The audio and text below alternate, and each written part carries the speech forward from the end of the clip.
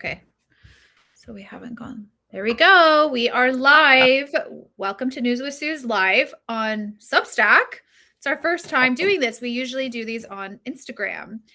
It is my pleasure to have with me today Ruzi Vafai, who you may recognize him from the bombshell interview that we dropped last week on his story of how he escaped Iran, but more so how he managed to be able to sit in front of us today after being in IRGC detention.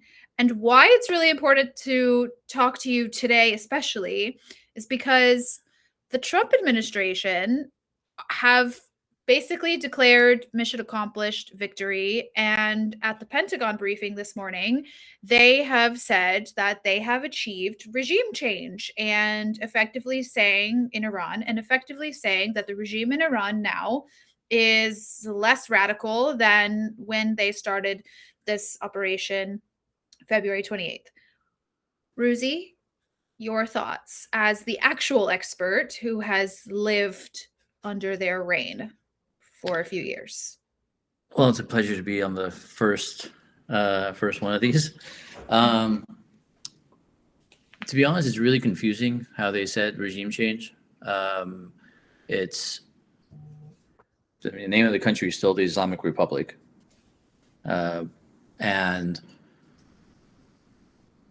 you now have all of the IRGC old guards that aren't dead in charge. So there might not be one person in charge.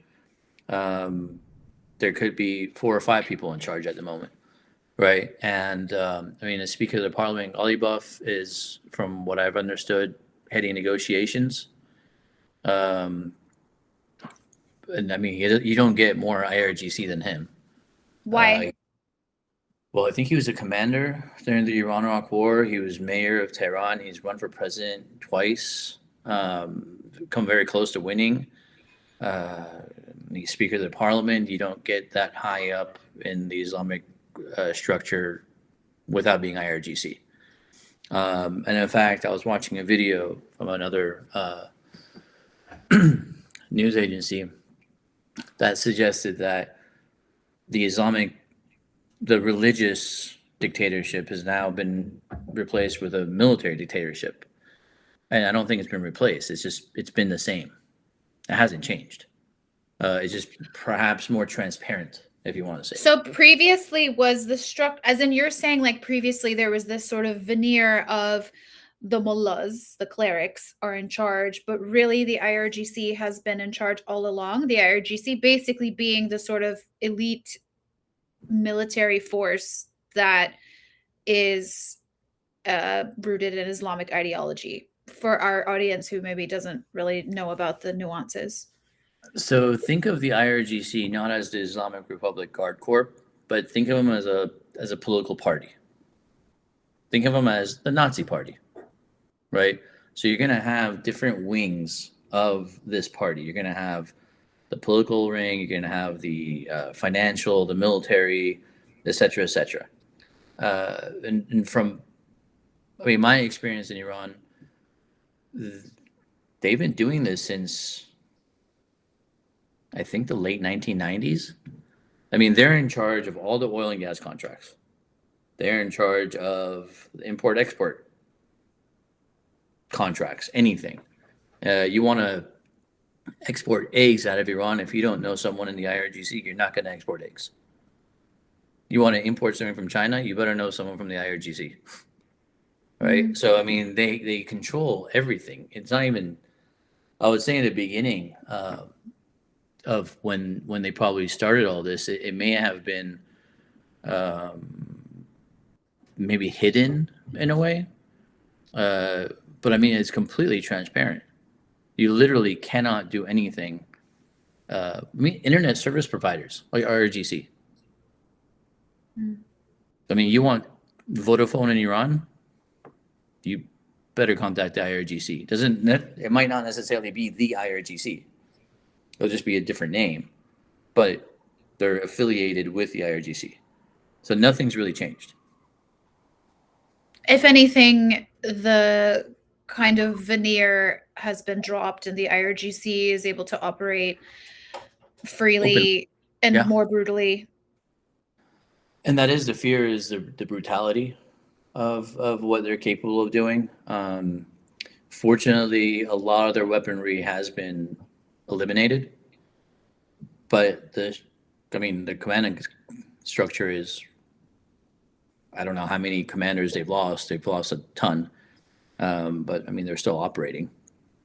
But they may have gotten rid of a lot of their munitions. However, aren't China and Russia their buddies and supplying them with weapons? I mean that is the worry, and I think that, I mean, I'm not a strategist, military strategist by any sense of the meaning, but maybe that's why they want to keep the airspace closed, so that China and Russia can't bring anything in.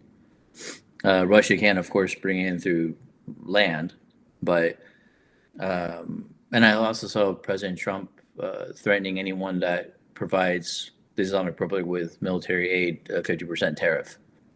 Mm-hmm. And so President Trump, he was supposed to meet Xi Jinping, the Chinese Communist Party leader, and that summit was delayed. So that will be coming up. So it'd be interesting to watch sort of what comes out of his meeting with Xi Jinping. But going back to understanding who is in charge, you, unfortunately, have personal experience with them. Can you tell us your story? I know that it was quite traumatizing. You've told it to us before. We didn't have a chance to really kind of get into, I suppose, what it was really like and how it impacted you. Okay, so go back to who's in charge. I would say the IRGC is definitely in charge again. I would say the president, Pezeshkian, probably has no voice. And I mean, the Iranian presidency itself has always been very minuscule. It's like being the Queen of England, or I guess the King of England now. So I would say, like Ghalibaf, I would say would mainly be in charge right now, I would think. And there's been reports that the new supreme leader might be incapacitated completely. He might not even be awake. So I would definitely put it in the Ghalibaf aura, like circle of power. And it's not surprising at all. In terms of me, I mean, it was a interesting experience. I don't want to repeat it. Yeah. If you have specific questions about it, I can go through with it. But yeah, I mean, got detained 3 times, or got stopped 3 times and detained twice, for about 2 days. Yeah. So if there's specific questions you want me to answer, I can definitely answer them. I mean, I was thinking about you and your story when the story of the American journalist who was kidnapped in Iraq broke. She was released yesterday when the ceasefire was announced. And I mean, this is the thing. It's truly, we're so grateful that you didn't end up in her shoes, because you very well could have. Or worse. Yeah. I mean, I guess, like, what is it like normally for dual nationals in Iran? I mean, obviously, so if you're a complete foreigner, I do believe that you're relatively safe in Iran. They're very hospitable. I mean, you know our culture. We embrace foreigners. Dual nationals are probably the most vulnerable. And I would say, well, if you're an Israeli Iranian, then that would just be dumb. But what about Jewish? What about Jewish? Because I mean, the Iranian regime has been putting out all kinds of propaganda. So most of the people have been living in digital darkness, basically since the war started. Mhm. But then there's been, you know, material coming out, videos coming out. Certain people have been popping up on, you know, the likes of Al Jazeera or NBC. The foreign minister's been on NBC a lot, and so like they've really had their messaging under control. One of the videos that I recently saw was a bunch of Orthodox Jews surveying a bomb site after the Israelis had bombed. Can you explain that to us? So, the Persian civilization and the Jewish religion have a very long history, thousands of years. I mean, Cyrus the Great, it's even in the Torah, I believe. And right up until the Islamic Revolution, I don't quote me on this, but I think Iran was Israel's only friend in the Middle East. Not even Turkey, I believe. This was under the Shah. Yeah. So, I mean, you got to fact check this, but I think Israel had the only embassy in Tehran, in the Middle East. I think. Opinion. Yeah, we'll do a fact check. Yeah. So there's been a very long history relationship between Jews and Persians, and I would say, I think there were about 100,000 or maybe more than 100,000 Jews inside of like Iranian Jews inside of Iran before the revolution, before the Islamic Revolution. And right now, estimate would be 5,000. But it's still the largest Jewish population in the Middle East outside of Israel. So the relationship, I mean, it might only be 5,000, but I mean, the other ones don't have anything. So this historic relationship really has kind of come into light. And I think it was Netanyahu, or I think it was, who said, you know, the Persians helped us become free once. It's time for us to help the Persians become free. And that really resonated with a lot of people, I think. So, I mean, they do live freely and safely as Jews. Yeah, so each religious minority, other than the Baha'is, have a member of parliament. So Zoroastrians, Christians, or as they're called, Armenians, and Jews. I don't know if Sunnis actually have a member of parliament. I'm not sure, but the other ones have a mandatory constitutional member of parliament, and I mean, there's a community for sure. I mean, interestingly enough, there's a synagogue in Tehran, but there's no Sunni mosque. Oh, so that is kind of interesting, right?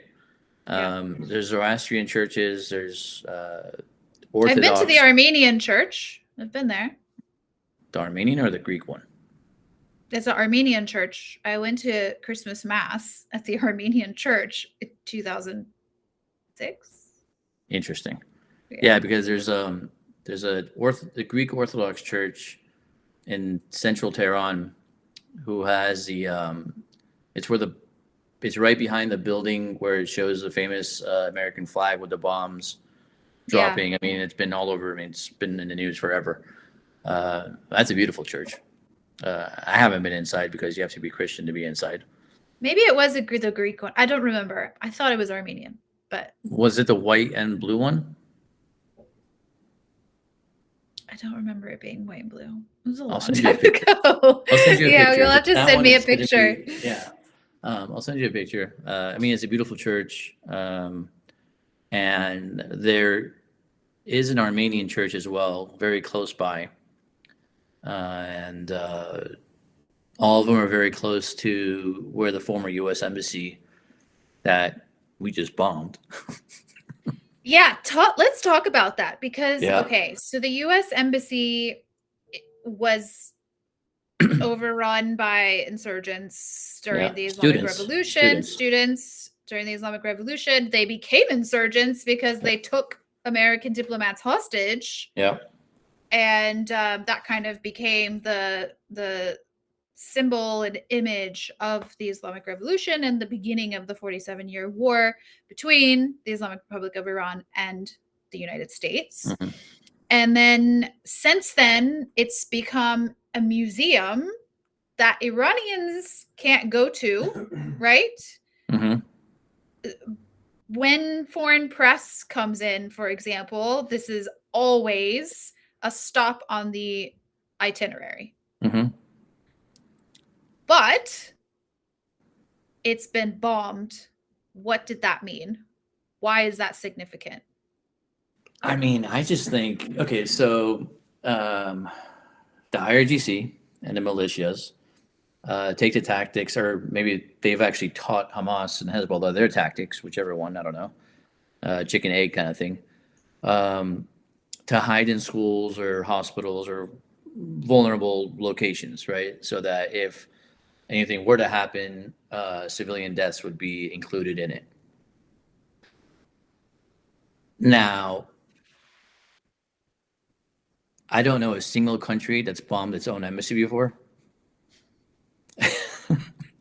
And I just think it was just the audacity of it, because the Basijis, the militia, and IRGC are hiding inside the courtyard of the former American embassy, which is illegal, but also is also taking over an embassy regardless.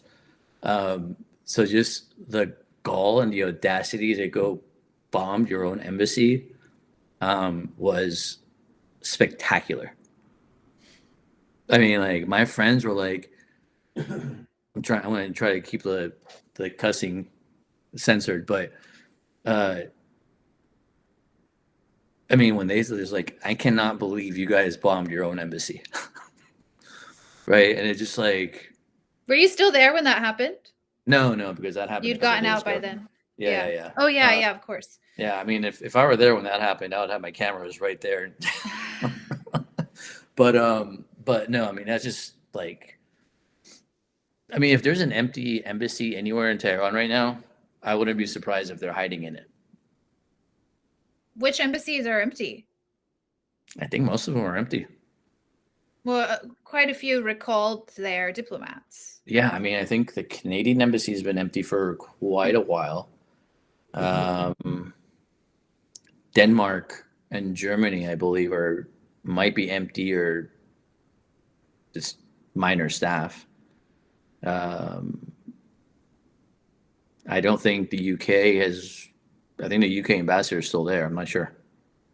I mean, they very much still have their diplomatic relations, which is obviously a point of contention. I mean, I'm curious, actually, like, what are your thoughts on sort of the diplomatic movements and sanctions and, IRGC terror designation? Because you were in Tehran when the EU designated IRGC as a terrorist organization. Correct. Yes. Like, tell us what that meant. I mean, what that means is essentially any member of the IRGC, whether it's a soldier, commander, lawyer, doctor, if they're a member of the IRGC and they enter the EU, they get arrested. So does that include Ghalibaf, who is like basically the de facto leader? Yeah, I mean, it should. It definitely should. What about all their money? Because we know that there is loads of, but that hasn't happened. It hasn't happened in Europe. Definitely hasn't happened in the UK. Hasn't happened. There's some reports. There are some reports that there's some moves on IRGC finances in Europe. I think I'm not a legal expert, but unless they've actually set up shell companies, which they have. Many have. Yeah. So, I mean, I think a complaint needs to be lodged. Maybe that's what I'm going to do tomorrow. Lodge a complaint, and then it gets investigated, and then the due process happens. But maybe I just found a project for tomorrow. Tell us about what are you hearing from inside What are you hearing from your friends inside? Is the internet back on? The internet has been loosened. You need a VPN. It's too slow for videos, but at least voice messages. Some people can leave me send me voice messages, as you know. And one of my friends, when I asked him about the ceasefire and what his thoughts were, he said that he's been inundated all day today with his friends asking him what the heck is going on. Like, why would Trump do this? Why would Rubio do this? And then, so we've been going back and forth on just like brainstorming on why Trump decided to do the ceasefire. And I mean, he had his theories. I have my theories. A lot of people have their theories and opinions. But then the latest thing I heard right before we started this was that Western Tehran got bombed. Now, one person confirmed this, one person denied it. So one person said they heard it, one person said they didn't hear it. Now, I mean, so we'll see what happened. But right before that, about a couple of hours ago, I saw online that Press TV, the IRGC's foreign news media, had said that because of Israel's bombing of Lebanon, that the Islamic Republic will retaliate, which would be a clear violation of the ceasefire. So if I were to guess, so like, is this a ceasefire for America but not Israel? The what?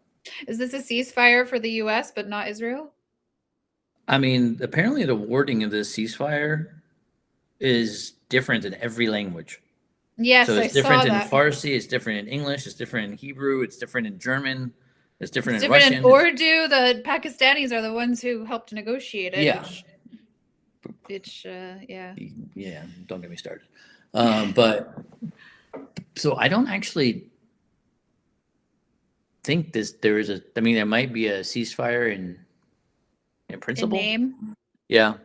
But I don't think there's going to be one. And I mean, I saw a couple of theories online of why, and that would be that.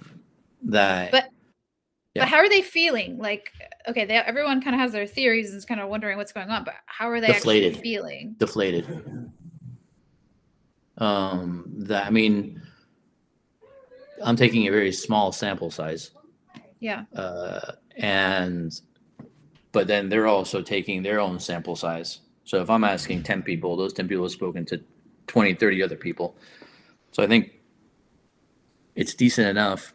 And they feel very deflated and very confused of why this ceasefire came about. And some people have their own theories and some people don't. But deflated, why? What were they expecting? And what do they expect to happen next? What do they think will happen next? I mean, so here's the fact. A lot of people keep texting me that Iranians, if they want a regime change, they need to rise up themselves. Now, I agree with this, right? A forced regime change like the one that happened in Iraq, not going to work well. But the Islamic Republic is so brutal that I think, and I mean, personal experience, they don't care about how many they kill. I mean, there could be 100,000 people in prisons right now. And I just saw today that the head of the judiciary is trying to expedite them, which traditionally would be a 40-day period, but they're trying to even do it within days. Expedite executions, you mean? Yes. I mean, we're talking about people that have been in prison. It's April 8th right now, so they've been in prison for, 3 months? we might see 20,000 people executed in the next month. I don't know. I don't want to exaggerate something I don't know. But when the head of the judiciary is saying we need to expedite executions, Well, they've been executing people throughout this war. And when I yes. say people, I'm talking teenagers. And the teenagers that they have executed, have been people who have gone out in the streets protesting against their government because of what? What have they been protesting? What have they been experiencing that led them to do that? Because you were there. Let me just do a little asterisk here. I can probably, or after this is all done, we can probably prove mathematically that the Islamic Republic executed more people in the 40 days of war than Israel and America killed, including military personnel, in those 40 days. Now, this is a theory, it's a hunch, but considering the fact that I was potentially one of them, and the fact that one of the people detaining me said, I can kill you right now, and no one's going to ask me a question. So I don't know, I think it was something about 2,000 people have died, including civilians and military personnel in this 40 days.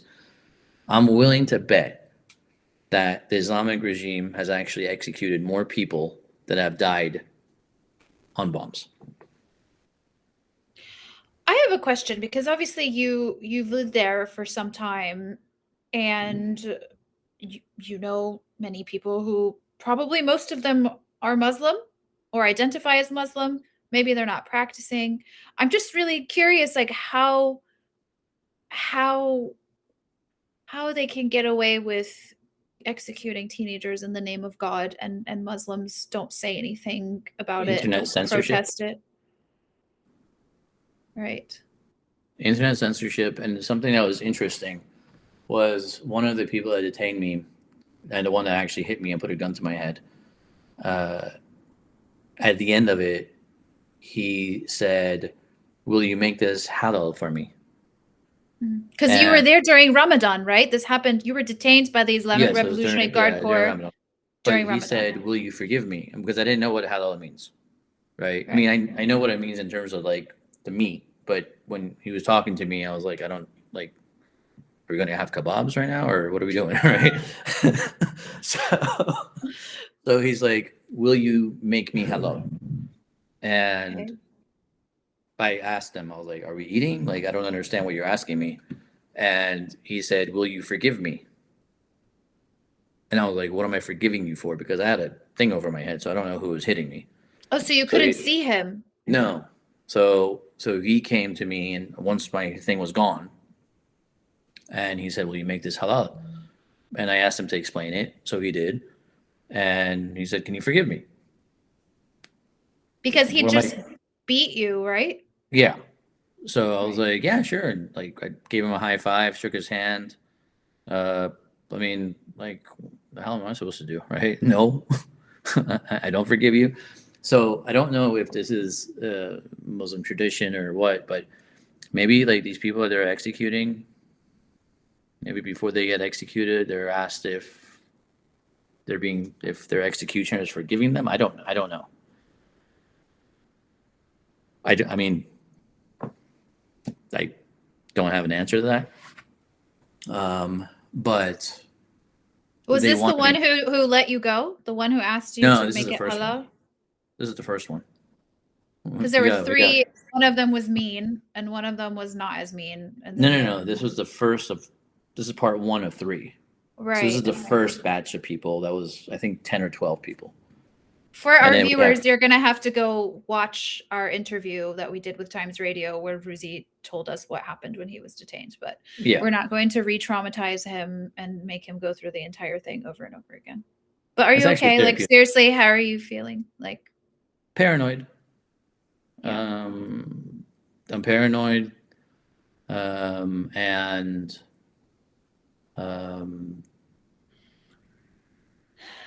I mean, there's obviously a significant amount of trauma that happened. I don't know if you want to say I was detained or it was a hostage situation. I don't know the vocabulary.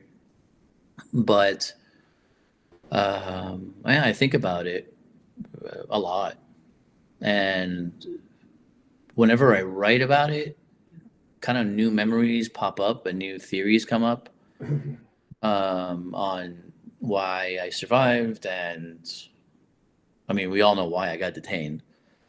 It's my own stupidity of having cameras and a computer and pictures of war in a war zone. But yeah, it's a bit weird.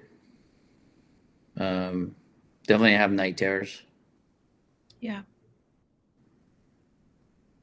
Sleep Yeah. schedule is completely off. I haven't been able to get that fixed at I all. mean, when we, because when you cover conflict zones as a journalist, you have to be trained, which you didn't have any of this training. Right. And as part of it, you get ambushed and mock kidnapped, basically. And Yeah. but it's not real. But everything that you actually went through everything we are trained Yeah. to anticipate. And the generally, you kind of have to like appeal to their humanity. And bizarrely, it kind of sounds like that ended up sort of happening for you, but you didn't necessarily provoke it. The guy himself sort of had a flash of humanity. And I think that's probably one of the most interesting parts of your story is like, we're at war with each other for reasons that I don't really understand. I mean, like, genuinely, why is because it's not the US at war with Iran. It is Iran at war with the US. Like, let's make that clear, right? Yeah. Yeah. Why are they at war with us? I mean, ideology. But why did they decide that we're the ones that are the target of their ideology? I mean, there's a very long and bitter history between America and Iran. Even though it's not that long, I believe the history of America and Iran, which started when Iran was still Persia, is probably 120 years old, 130 years old right now. America and Iran just have not had a long history, but it's been a very difficult history. If anything, the British have had a worse history with Persia and Iran. But yeah, definitely. somehow they have an embassy. Nobody likes the Brits. Nobody likes the Brits as someone married to a Brit. I am Mrs. Angus after all. Yeah. I mean, what is it? Every 4 days, a country declares independence or celebrates a Declaration of Independence from Britain. Yeah. So maybe that's why they don't like him. I don't know. But I wanted to ask you about, speaking of declaring independence from Britain, Dubai. I wanted to ask you about the fact, like, how did it go down when Iranians, especially Iranian money exchangers, were kicked out of Dubai? How significant is that? So it's huge. It is absolutely massive, and it goes back to what I mentioned about the IRGC as a political organization, not just a military organization. So when the UAE or Dubai specifically started kicking out the money exchange people, that's a significant income source, dollar income source for the Islamic Republic. And the fact that they got kicked out, or they're getting kicked out, and is just huge. Because from my understanding is the IRGC finance guys had specifically asked the IRGC military not to attack the UAE. And they did, right? And so let's take it through three branches. We got the military, political, financial. All three of these are apparently at odds with each other now. Because the political division or branch didn't do what the military had asked, and the financial didn't do what they wanted the military to do, or not to do rather. And so that's a significant. I mean, that's a massive division. because we have ideology and we have money on one side, and they're colliding. So ideology is bad for business. Ideology is very bad for business, which goes back to why Iran or the Islamic Republic has been at war with the United States, is ideology. How much money are we talking? Like, how big of an impact is kind of being locked out of Dubai going to have on the Iranian economy? I mean, right now there's no way of knowing, but the predominant amount of Iran, the Islamic Republic, and I want to differentiate between Iran and the Islamic Republic. It's really key, and I really hope anyone watching it actually tries to understand why. But so the Islamic Republic's foreign reserve mainly comes from the UAE and Turkey, right? Outside of these two countries, I mean, there's going to be other countries involved, but the vast majority of their foreign reserve comes from the UAE. So if they can't actually get foreign reserve in, so every time there's a currency collapse, and it kind of feels like weekly in Iran, they've always tried to, at least in the past, prior to the last 2 years, they always tried to flood the market with new reserves to keep the rial down, right? Rial Toman. Well, they stopped being able to do that pretty much after the Massa Amini protests, Women Life Freedom. And now with these money exchange people being kicked out, they're not going to be able to buy foreign currency legally. Well, they're doing it illegally, but kind of a gray zone. So the impact to the economy is going to be tremendous, right? Because they're assumingly very low on foreign reserves, and they can't replenish it. And without replenishing it, they can't buy munitions, they can't fix anything, especially with, as we wrote about it, the Bitcoin miners. If the country had no electricity, it can't mine. If it can't mine, Bitcoin's the other reserve that they had to purchase things. So, I mean, the spiraling effect of UAE kicking them out is just going to be massive. So, I mean, actually, I wanted to get into the sort of Bitcoin as the way around everything.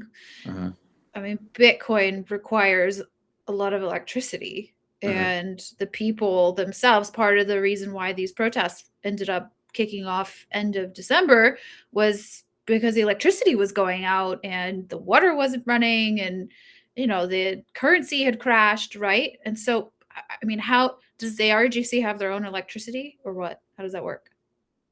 They don't have I mean, they own the grid. So, right. Yeah, they do have their own electricity. It's the entire electricity. So they can use electricity for themselves to mine Bitcoin, but they cut off electricity for cities. So that happens. Yes. Yeah. I mean, what was it? I think it was last summer I texted you that my refrigerator burned out. It was a refrigerator that I had for less than a year, and it burned out because the electricity kept on coming and going. Because they were mining Bitcoin. I mean, they're mining Bitcoin. It was the summer, so you have ACs going off. So, yeah, I mean, you have a energy-rich country not able to produce electricity. I mean, tell me who to blame for that one. So there are kind of perceived moderates like Javad Zarif, who was the foreign minister who negotiated the nuclear deal with the Obama administration. And he came out and he wrote an essay actually in Foreign Affairs magazine, and called for the end of the 47-year war with America. Can you? Yeah, and I think he might be under house arrest. Yeah, because I emailed him asking for him to do an interview with me, and what he responded with was that he wasn't able to get permission and it was under strict security parameters, but writing an essay is a different story, is what he said. So what does that mean? I mean, have to think that reformists are. I mean, we're talking about different sides of the same coin. Reformists might have some idea of what to do, and sure, they'll, they've won a couple of elections. I mean, I think even Pezeshkian is a reformist theoretically. It means nothing. I mean, he might be positioning himself. I'm speculating right now. Positioning himself to be a replacement leader, perhaps friendly to the West. I do believe he actually went to the University of Denver. Yeah, he studied here. He studied in the U.S. No, I know you said that. It was just because I'm a Broncos fan, so that's why I was like curious that he went to the University of Denver. I think it was Denver, but yeah, I mean, he could be a potential leader, but I don't think anyone will accept any one of these people as replacements. Anyone inside Iran, you mean? You mean Iranian people, civilians? Yeah. Non-regime aligned.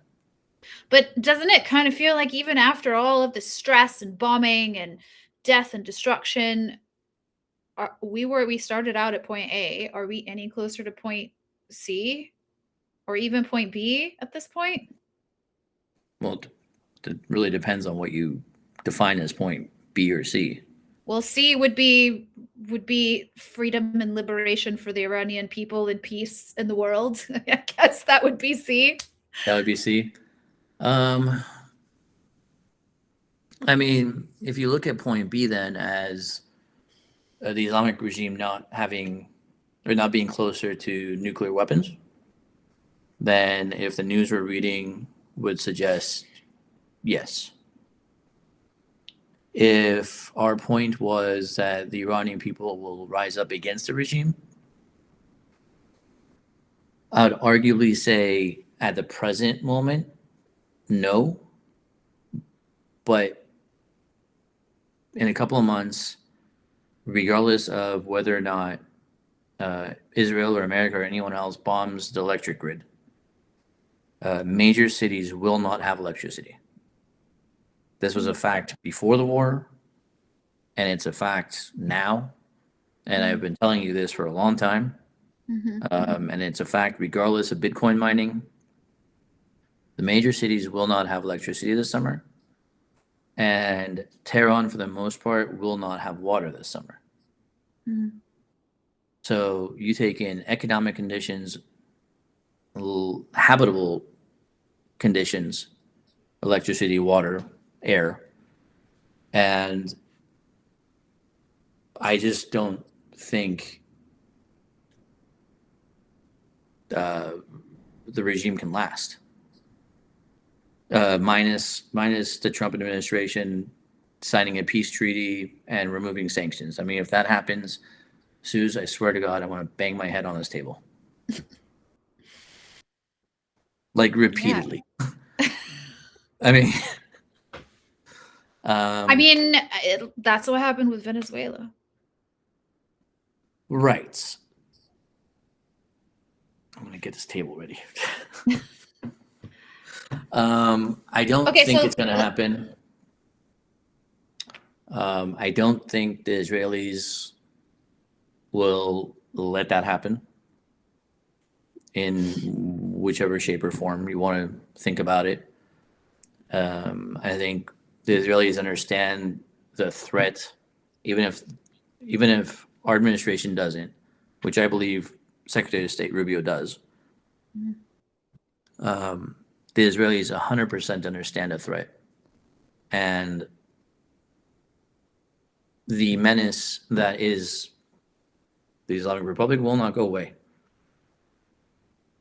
Because the ideologues are still there, right? The very principles of the Constitution of the Islamic Republic dictate what it does. Which includes death to America. I mean, this is when Zarif wrote this essay. I followed up in my email with him. I said, okay, so you've called for the end of the 47-year war, but isn't that a kind of tenet of the Islamic Republic's existence? So are we suggesting a rebrand here? I mean, war with America is not one of the tenets. The export of Shia Islam is. It's a core tenet. But okay, so war with America is the kind of vehicle to which they export a tenet, which is anti-imperialism. Yeah. And like resistance. Yeah. Anti-imperialism and like and resistance and freedom fighters, right? That's what I mean when I say war with America is a tenet of the Islamic Republic. Right. Then yeah, I mean they would have to do a rebrand, a very hard rebrand. And effectively you can't really remain an Islamic Republic, or can you? Like, can you be Islamic Republic light? I mean, technically, isn't Pakistan an Islamic Republic? I think they are. Yeah. So technically the Pakistan is the Islamic Republic of Pakistan. But I mean, we don't really call them that. Let's bring it back to something that like maybe Westerners would understand, right? So the UK doesn't have an official written constitution, right? Which is odd, but they just kind of flow with it. We have a constitution that we cherish, arguably the greatest book ever written, in my opinion, document rather. So to say that, I don't know, the press can't speak, people can't bear arms, and you have to pick a religion, right? So those are some of the core tenets of our Constitution, right? So in order to do that, you have to go in and change the Constitution. So then it would still be the United States? I don't know. So I mean, it's like if you want to go change the Islamic Constitution, I mean, you could keep it, like you said, Islamic light. The official religion of the country is Islam, etc., etc., etc. But we're not going to export the revolution. It's possible. I don't think people will agree with it, but it's possible. So a lot of people obviously want to see regime change. They want to see regime change because they want to see freedom. They want to see end of death and destruction and executions and oppression. And how long do we have to list the grievances? But there aren't a whole lot of solutions. Were you surprised when you heard Javeed Shah chanted on the streets when you were in Tehran? Very much so. Which means long live the king. Yes. Which, to be perfectly frank, I had no idea what that meant. I had to ask someone what that meant. And they actually told me long live the king. And personally, I wasn't a fan, or maybe I'm still not a fan of Reza Pahlavi. But why not? Why aren't you a fan? Well, I mean, I'm not in principle, I'm not a monarchist. Prefer a republic. And it wasn't until actually one of the interviews I heard from him that he said he wants a republic. So it kind of dawned on me that, okay, this guy doesn't want just to be king. I mean, even as a constitutional monarchy, it's something that can potentially last more than a couple of centuries. But I don't know. I never thought that he was taking the mantle of leadership seriously until very recently. And frankly, when during the Woman Life Freedom revolution, people were saying Javeed Shah, I was very, very surprised because I thought a lot of people thought the same as I do. What I've learned recently is I have the very American Iranian mentality of not liking him for whatever reason. Hmm. And maybe I was subjugated to IRGC propaganda. Maybe I wasn't. I don't know. There's no way of confirming that. But I see him as the only durable path to united and prosperous Iran, where it's not fragmented by religion, hatred, ethnicity, where the Kurds and the Baluchis can live freely, where the Persians and the Azerbaijanis can live freely, the Sunnis and the Arabs, and everyone just lives freely, doing what they want to do. Where the Sunnis can get a mosque because they can't build a mosque. Hmm. Where the Baha'is can come and build their mosque, church. I don't know what I it don't know. is. I Well, I don't know know they're a actually. branch of Islam, so I guess it would be a mosque. I don't know, but I I mean, guess so. these Yeah. poor guys, like, what? It was founded in Iran, and I mean, I didn't know much about it until I started reading it. And I was like, oh, it's not a bad religion.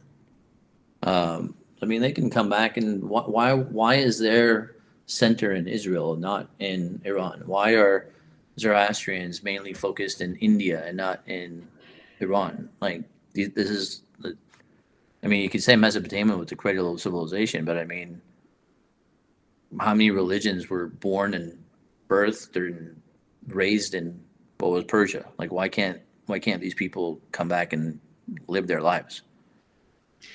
I mean, yes, but that being said, how does how could he even how is there even a path for him to return without an army? Like he would need us because there isn't. I mean, he would have to fight the army that is on the ground there, so he would need his own army, right? No, not necessarily, because I fundamentally believe, for the reasons I said earlier about the economics, the environment, the livability factors, that the Islamic Republic is on its last breath. But what does that look like? Okay, so let's say let's fast forward 3 months from now. It's summer, it's hot, there's no electricity, there's no water. The currency has crashed. Mm-hmm. The people pour into the streets. But we saw this in January. So And how this do we have is a different result now? this is why I'm in favor of um, the United States taking some of the islands in the south, in the Persian Gulf, to keep a close military presence, the same way we did for Venezuela. I believe we were, but like an Apache was 20 minutes away from Caracas uh, at any given moment.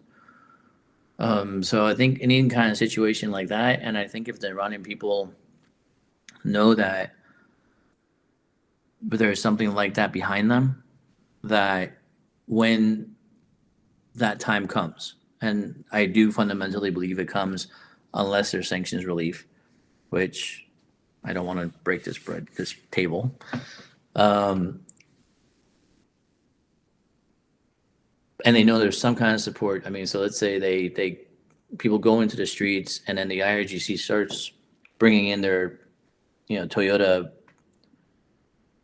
Hiluxes. That's what they're called. It's like a Tacoma, but nicer. Um, they bring in the Hiluxes with the machine guns, the Gatling guns, and start mowing them down. I think if you take one Apache and you knock out 5 of these, and people know it, and the IRGC knows it, it's done. But wouldn't that, I mean, I guess like if they, if they're bringing these Tacomas into the street and mowing them down with their machine guns, that means there's people in the streets too. So that does risk killing civilians with Apaches as well. Well, what they do I mean, they're very tactical, the IRGC, and they move in bunches.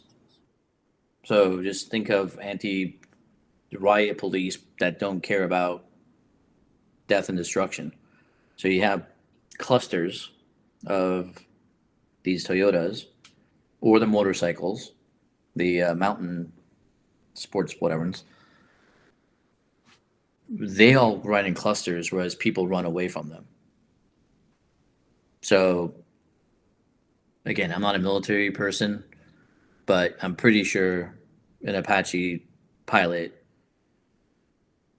can distinguish between the good guys and the bad guys, and they will be separated. So we would have thought that there would be defections by now. That doesn't seem to have happened. But also, like, if there were defections, wouldn't there need to be a sort of asylum path, an exile elsewhere?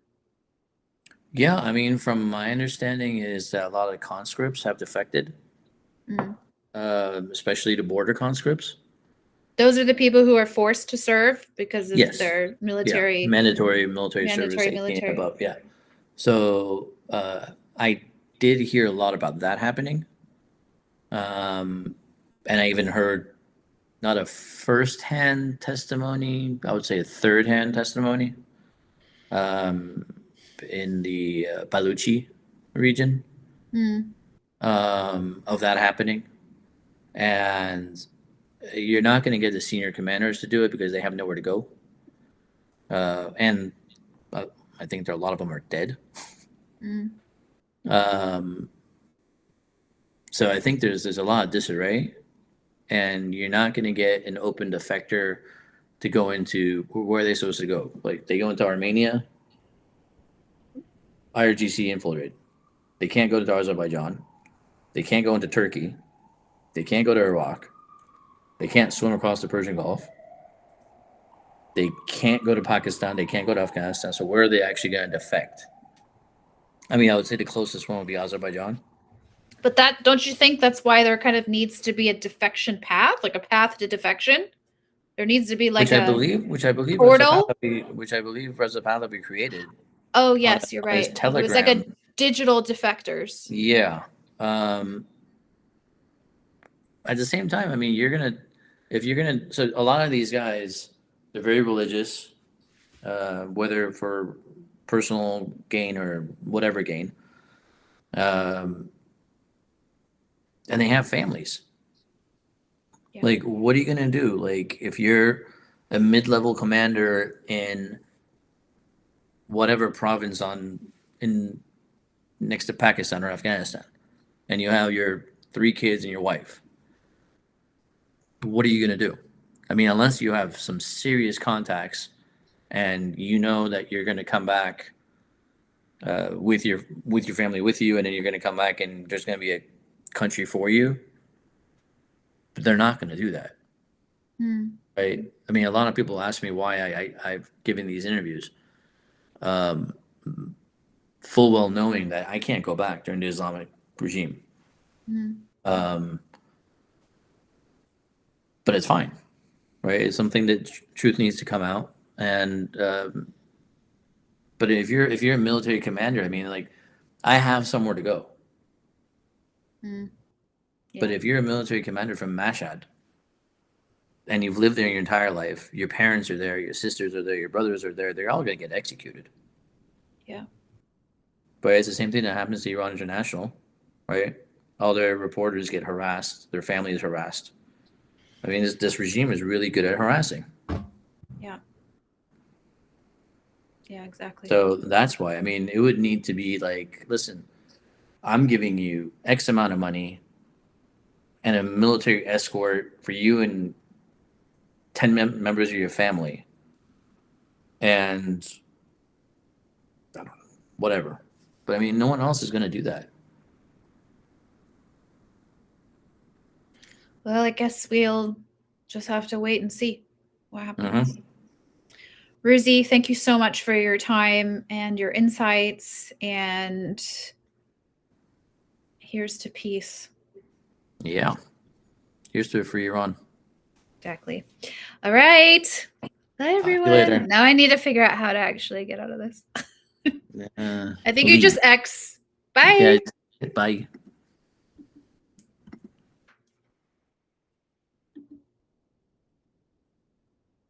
Okay. End. Right. It's time to end. Thank you so much for joining us. We will try to do more of these News with Sue's lives on Substack. That's all.